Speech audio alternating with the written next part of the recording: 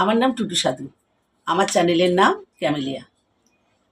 চেনাতে গিয়া দেরি লাগে, ঝিকিমিকি হিরে ফুল কোনটি মোর বনটি।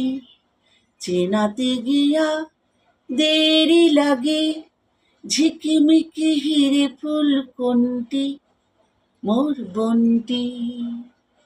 ওই যে আকাশের রং আজ এত কেন নীল, ওই যে ভরা নদী জল তাই কেন ঝিলমিল।